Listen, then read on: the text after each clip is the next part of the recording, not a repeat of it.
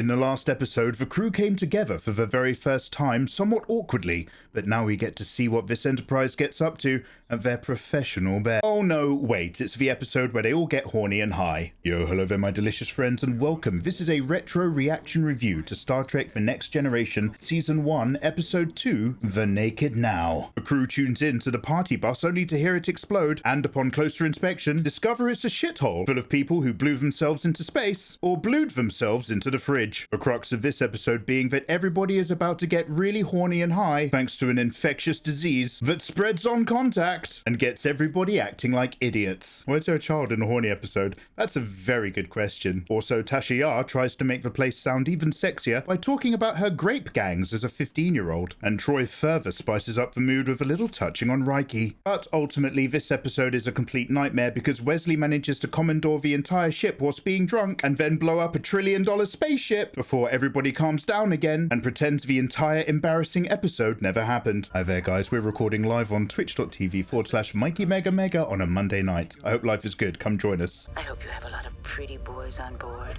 Oh, because I'm willing. Oh, they're getting saucy. No! What was that explosion? What we've just heard is impossible. Those saucy people on the intercom blew themselves out into space? Also, look at this science ship down there. How do people get from the hull up into the main saucer section at the top? Oh my god, it looks like my room. They haven't tidied up for days. This ship is full of university students. No, they don't get wild in TNG. That yellow guy looks dead. That's because he was never alive, Izzy. Second episode and Troy has already ditched the mini skirt. Don't worry, she'll be wearing many glorious things. They were all sucked out into space. Data, engage pedantic mode. Correction, sir. Oh. That's blown out. That's it, sell how cold it is.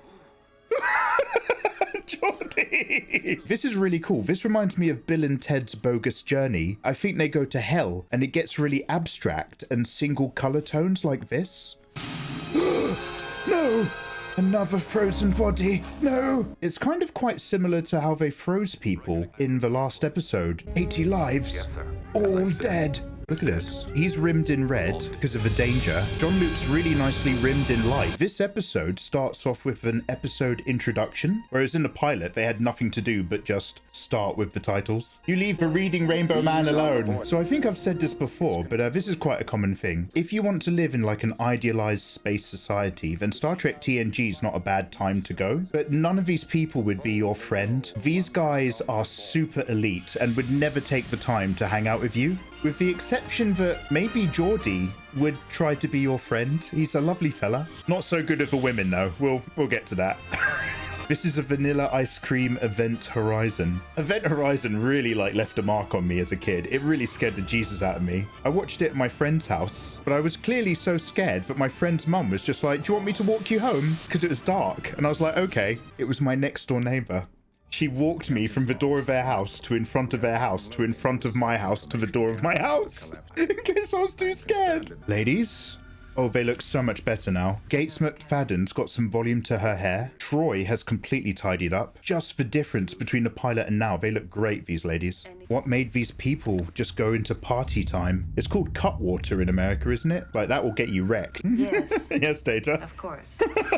You're next. You watch Event Horizon every couple of years. Oh, why? Jesus. Do you have it too hot in here? No, Geordi. No, those are pervasive stereotypes. Well, maybe it's... Don't enable them. Oh, he's going to be in a HR meeting for that. Damn. Isn't there a horrible transporter death in the first Star Trek movie? This ought to be easy for someone written up in biomechanical text. Riker's the classic managerial person who gets other people to do the work. You're good at the VCR, right, Data? Programming my VCR to record this film at 8 should be easy for someone like you. Manipulator. Management. Deanna, no longer wearing her school uniform from 10 years ago.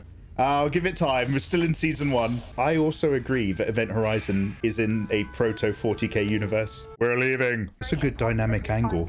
Oh, Wesley's here. Gates McFadden is sometimes known as the Doctor of Death. That's Beverly Crusher. Is shockingly poor. Oh, you loser. This kid is a security risk. I've learned to fully emulate the captain's voice on a voice-operated starship. No, something's wrong.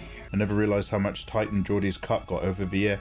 All the actors are really trim, and their suits are unforgiving. Oh, he's in Jordy, my heat. job is security. Tasha, please. Geordie, I don't have time for lovemaking. Jordy, how can I help you? That's pretty good, man. Like, they're like on a top tier starship, but they have to recognize each other as humans, not just rank, even if he's getting sweaty and creepy. Oh. Oh. Does she like it?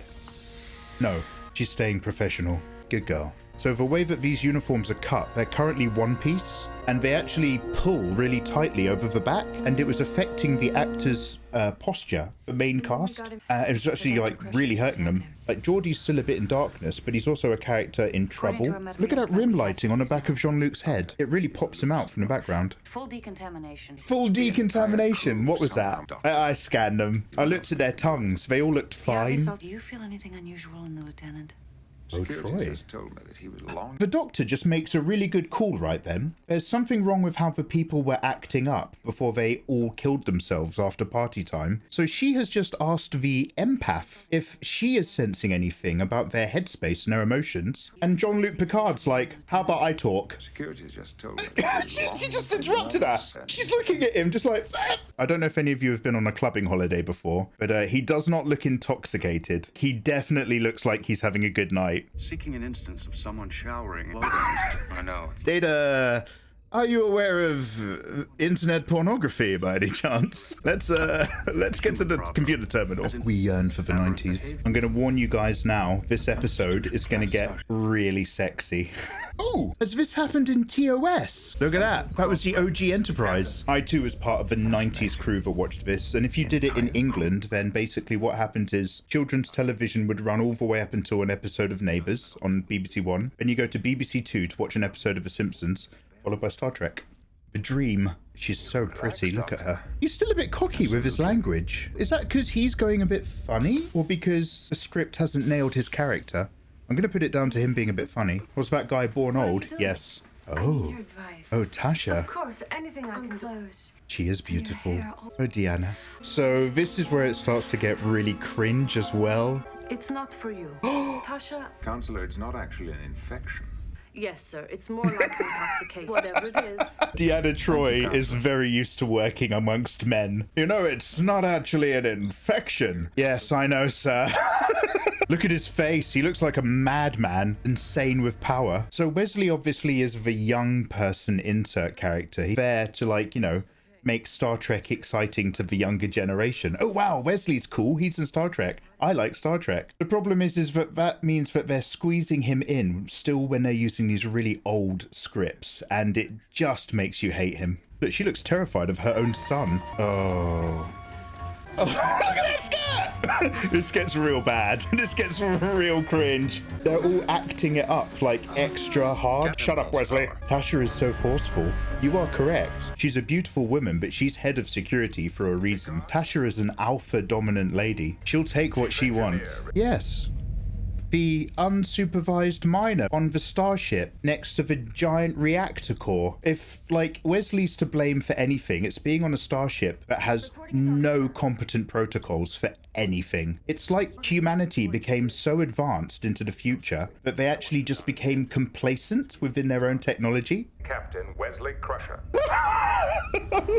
Acting Captain. He's a madman! That's treason! That's mutiny! You're now allowed to kill Wesley. That's mutinous behavior. Blast him into space, be done with him. Hooray for Captain Wesley. Like, what was their direction on set on the day? It's like they were told to act drunk, but none of them have ever, like, hung around with drunk people before. They're just, like, waddling clumsily and horny, which...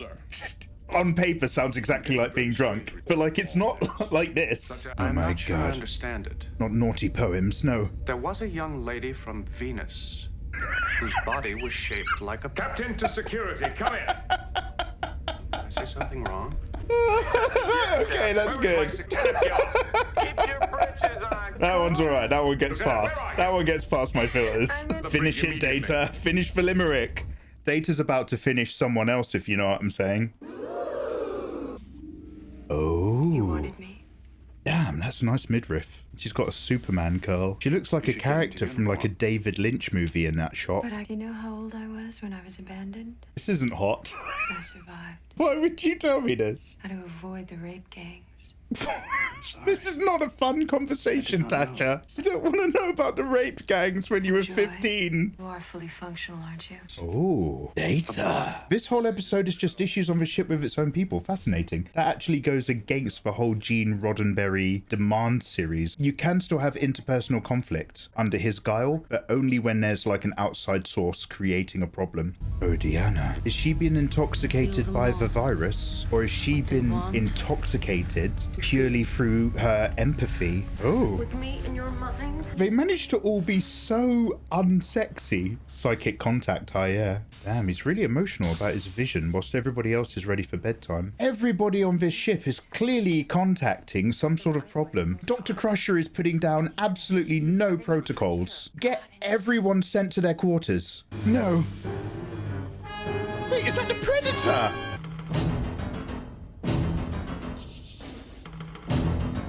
That is insane. Wesley was able to gain control by imitating his voice, but Wesley Crusher doesn't know any of the command authorization codes. And he's kind of right. If you can lose control of your starship that easily, you deserve to have it taken. He's a very special boy. We'll come back to that later as well in other seasons. Jean-Luc is that close to killing him. He's just like, Captain, that's so cringe. I just had to sit through that. I quit. He's out. I can't watch you talk to Wesley anymore. He's gonna throw himself at the airlock. Feeling hot and flush and acting like they do here. Oh, it's a trope in Chinese short dramas. That's pretty cool, seeing the inside gubbins of the ship. You're actually seeing physical pipes and stuff. Usually it's just lots of like light plates and stuff.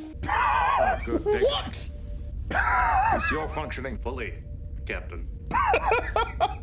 Oh no! Positronic network was susceptible? Or has he just become a bit of a cocky douche now that he's gotten laid? This is a joke from Only Fools and Horses. Not bad, not bad. But look at that inside leg. Look at that posture. Of course, we haven't time for that sort of thing. Oh. What sort of thing? Some formula. What was that? That was the most unnatural noise I've ever heard. And they clearly have an emotional bond already. A man. A woman. Not now, Doctor. Please. This is so cringe. Bridge striker. Urgent. Kill me. Oh yeah, also the sun is exploding. I'm sure he didn't love that script. I'm sure a lot of them didn't. They act it out so badly. Worf is the only immune one. Yeah, Worf's the only one that nobody wants to touch with a stick. Ain't nobody touching Worf. Look, Riker's in the captain's seat. First officer has had to assume command. Brent Spiner really likes doing physical acting, as far as I can tell. With the path of the star material hurtling toward us. No! What are the chances? He's a Klingon. I think they're not affected. Look at that. That's cool. He was contact infected earlier than some of the others. I don't know how he held out so long. Oh. Beverly. Beverly. She can't even stay sat in her chair because her crotch is on fire. Sorry. Go on, Rikey, put it together. Come on, big man. Oh, Wesley's gonna save the day. Why not try it with the real thing? Why not just be a genius like I am? Oh, he's coming back fast. Yo. My head's beginning to clear. Here you go, one for him. Now one for yourself. Give yourself a little toot. Beverly loves injecting people with hypo sprays. That's like her favorite thing. She'll never do it to save her life, though. She's not a good doctor. Come on, Data! Speed up, bruv! Let's go! They're all sobering up, and it's, like, awful. Wesley, those starships are worth billions! No, Wesley! No, Wesley! That costs more than a small nation! Ah, hell yeah. Ooh.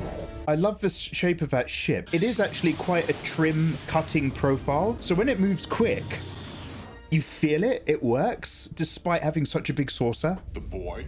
The boy? Said Wesley. Worf's the only one of this who's like living in reality. He's like, why? Why do we allow that child on this ship? He's clearly like a risk. Jean-Luc's like, it would be wrong to hit you. But Data likes you because you're the star kid. God, I hope we see more of Wesley in the future. Oh, the morning after? It never happened. Aww, why not? With a fine crew, if we avoid temptation. This is our episode wrap-up of what has just been the cringiest 12 hours they've experienced so far. Let's get away from this script as fast as we can. engage. Oh, yo, Riker gets to say engage this time. Ah, yo, guys, there you have it. Episode 2. What did you guys think? Did they get any hangover symptoms? I hope so. They deserve it. Let's watch another. Oh, next one's Monday night. I don't know what to say. That episode's so awful.